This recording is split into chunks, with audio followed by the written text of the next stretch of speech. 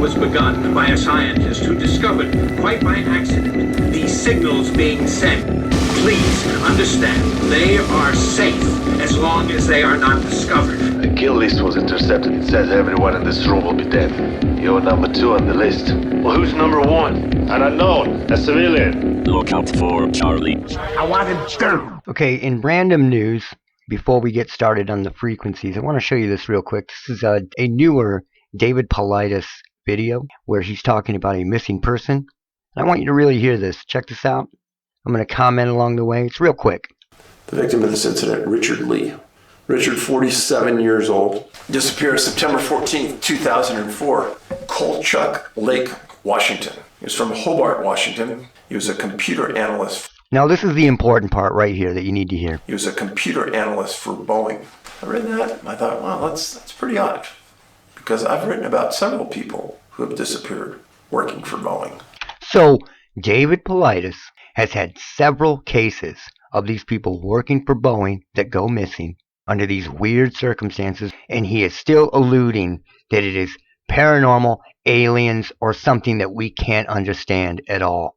Like, he won't say it, but that's where he's alluding to. He keeps pushing the mental health narrative, and he will not accept that there is something else at work here. I just wanted to show you that. He was a computer analyst for Boeing, because I've written about several people who have disappeared working for Boeing. Boeing is one of the companies that works on this type of technology. So Georgia Tech Research comes up with something, or one of these universities come up with something, and then Boeing or Lockheed make it dark. They take it, they weaponize it further, and they start using it on people. If they're going to use it on somebody, use it on somebody that you already have a life insurance policy for, where you're going to make money off it, like Boeing. Those people take out life insurance policies on their own employees. And there could be a myriad of reasons. This is not a coincidence. It's just bordering on stupid now. But anyway, let's get to the video. When I was a kid, the internet did not exist publicly as you know it now. But I had a phone modem. I was one of the first people in my area that I knew of that had a phone modem. And admittedly, I was a bad kid with my modem. I wreaked a lot of havoc.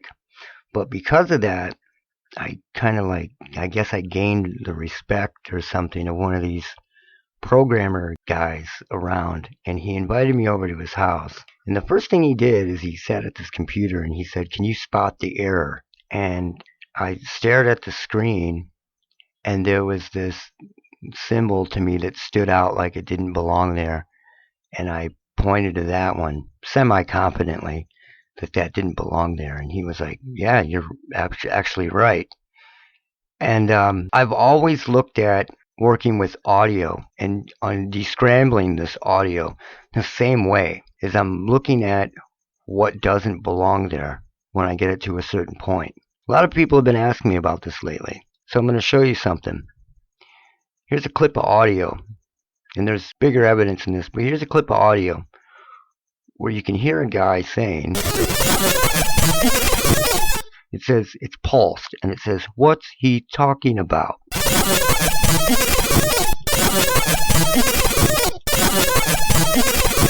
But I could make it clearer if I could get rid of that higher end sound.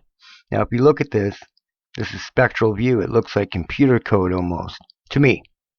So I'm going to remove what I don't think belongs there. The same way that guy got me to spot the error all those years ago. And the first thing that I always think about is that this audio is pulsed.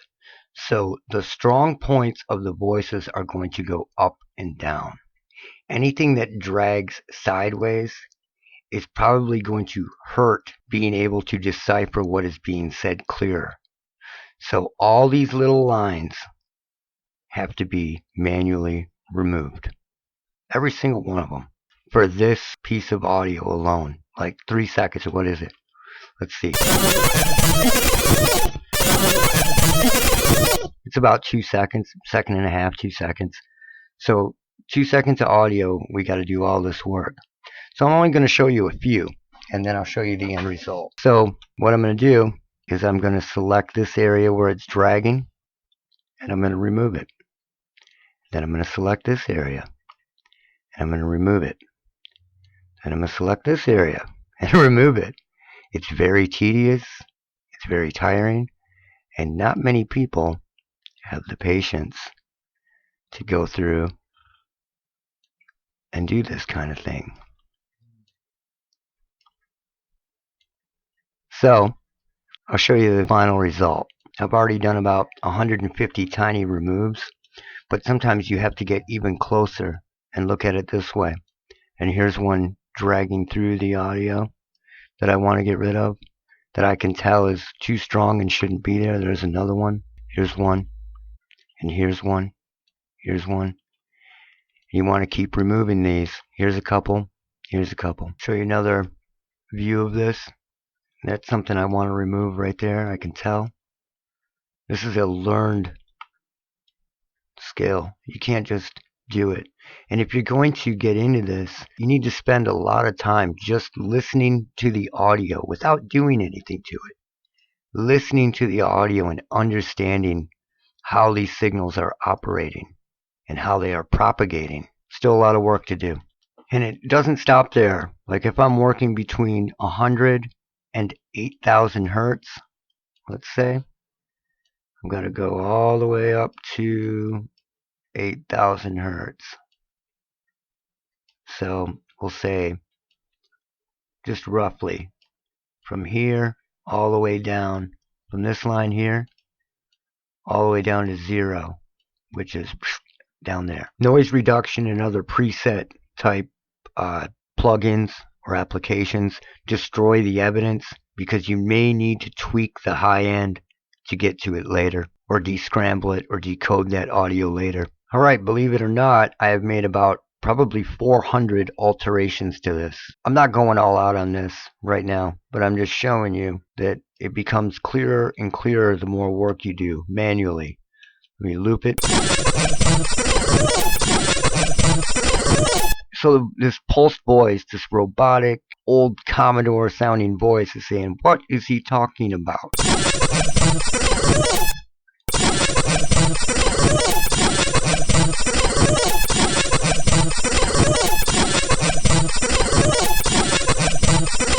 But what is my motivation for figuring this out? Because I have other audio before that that is very, very important. This system is a parasitic system that rides on noise.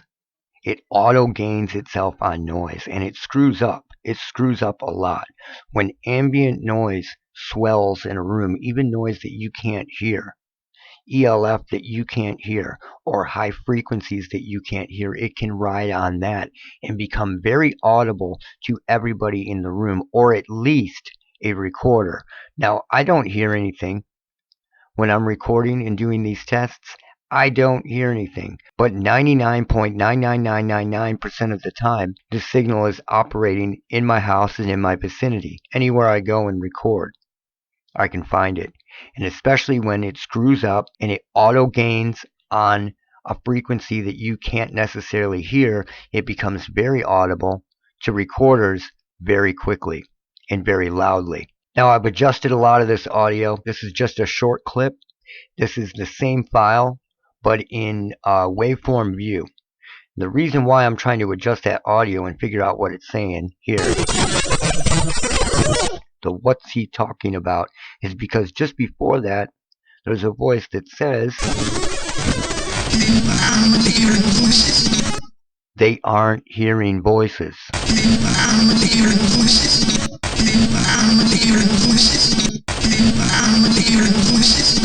So I wanted to know what it said after that. Right after that, it talks about something else. Check this out.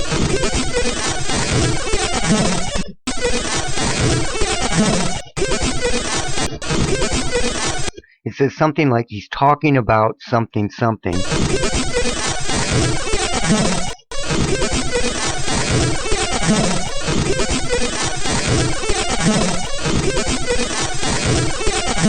And then it says, what's he talking about?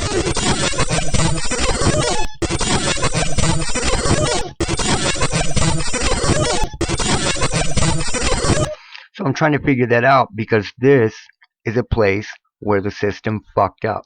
And it wrote up on ambient noise in the room, and the system says they aren't hearing voices.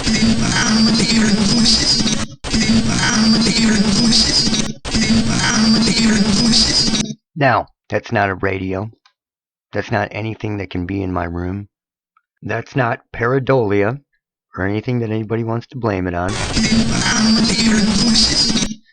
That's not a fraction of a conversation that spun through the radio waves and somehow vibrated itself into reality, into my house. I guess the purpose of this video is to show you proof and show you, secondly, what you need to do and the work that you need to put in to do this properly. If you use noise reduction, you're going to kill the evidence. You need to get rid of the frequencies that are causing its own form of scrambling when these voices overlap in frequency. So it is very hard to isolate them perfectly without killing the frequencies that allow you to make them out in the first place. When people are hearing this, they are hearing the pulse of the voice, not all the other voices at the same time. When you get actually down to the signal itself is hundreds of voices in one wave, where one voice that one person is hearing are the pulses of a certain ELF frequency or frequency being brought up in that area at that time. And those frequencies ride on that and bring the word or the phrase or sentence that they want the person to hear. It will ride on that and auto gain at the same time. If you listen, that squeaking, that high-end sound up there is just more voices. Now I'm going to show you. Let's take that. Let's grab that chunk right there. Now I'm going to adjust this. Hang on. Okay, so I took that area right here and made a new file out of it. Now if you hear those high squirrely frequencies up there, I've adjusted them. So check this out. These are those high squirrely frequencies. Let's actually bring this up 2 decibels.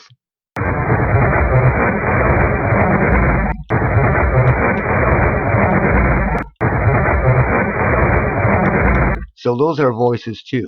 And if I bring those other frequencies up that are lower than the voice that I am trying to pull out, there are voices in there too. It is a mess of voices. In fact, it is exactly what schizophrenics from the past have claimed to hear, is a mess of jumbled voices, and one will pop out and say something to them.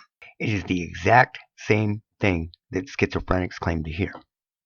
Exactly. Especially since schizophrenia really took off since the late 60s. Makes you wonder, right? Don't need to wonder anymore. Let me adjust this. Now I've adjusted it, and you can hear that those squirrely frequencies turn into another voice saying something else entirely.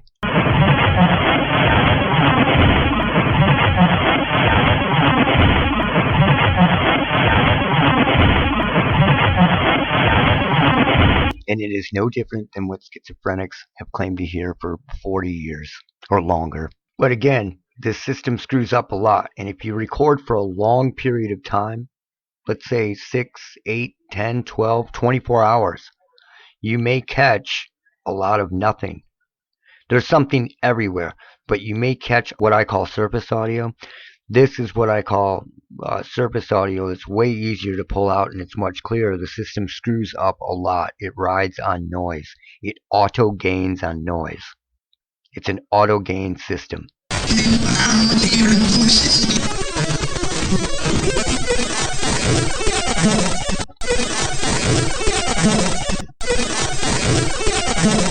So another trick you can do is just getting rid of the frequencies that are above it, but that doesn't always work because a lot of times there are parts of the voice within those higher frequencies that you need to make it legible. But one trick that you can do is getting rid of all those frequencies and then playing it. So here's what is he talking about with those frequencies removed. But you still have to clean up lower. You always have to clean that up manually, not using noise reduction. So here is a cleaner, clearer version of what is he talking about. Now I could still hear that clear as day before, but a lot of people can't. and their ears aren't trained in the same way, and you have to do this cleanup to prove to them it's there. The reason why I was doing that, again, is because this one is very clear and is clearly evident.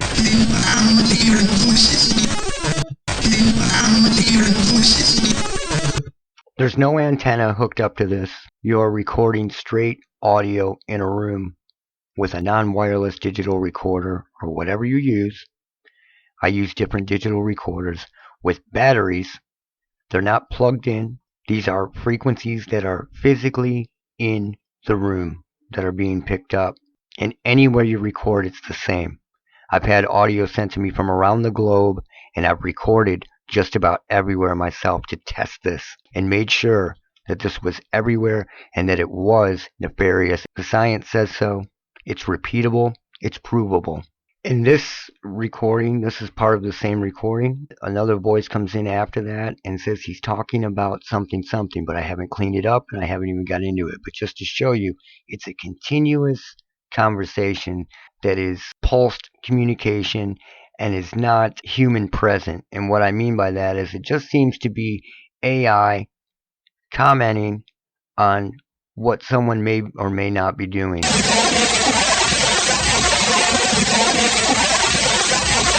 So it says he's talking about the something.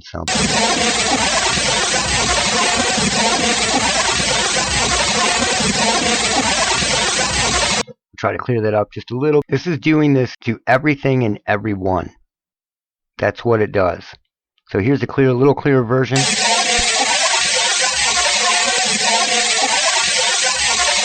He's talking about the something. So when people are sensitized to these frequencies and they're hearing this, it's always commenting on what they're doing. It doesn't care where you are. It really doesn't care what you're doing or where you are. They hear it and they assume that someone really cares, that they're by the window, in the hallway, by the door. But it doesn't. It's just commenting and making note of it. And they can hear it, and it is just to make the person feel as though their privacy is taken away. When they believe it and get hyper paranoid and hyper vigilant, that is when shit seems to spiral out of control. These are nefarious frequencies, but it is a surveillance system first and foremost. The system is really clever when you think about it. It is layering frequency over frequency to monitor it. It is monitoring live, like an open phone call everywhere. Now, if someone happens to hear it, it's voices. All right? Think about that. They used to send out pilots in gorilla suits, in secret aircraft, black projects or whatever. That way, if anybody ran into them up in the air, they would have to report that in their affidavit, and they would have to say that it was a gorilla flying the plane. This way, if anybody hears this system, it's voices, but it is also weaponized so that they can turn those voices on people and follow them around, because it is a tracking system as well as a surveillance system. And not just voices, sounds. The sound of somebody's door, the sound of somebody's windows, the sound of a glass falling, the sound of a cupboard opening, the sound of a cupboard closing. So this is also being used to drive people out of homes under the premise that their house is haunted or there is something going on that they can't understand. It's making people destitute as well as killing people and destroying them mentally. It can use the sound of gunshots, of weaponry, to scare police officers into shooting somebody, to screw up troops in a battle zone. It was first designed for that. It is a weapon. It is a weaponized surveillance system. It's very, very clever the way it's made. And that's it for now. Look out for Charlie. That's it for now. Look out for Charlie. Oh, man. I like this kid. This fucking guy's crazy. Look out for Charlie. Charlie, what that son of a bitch did. I want him dead.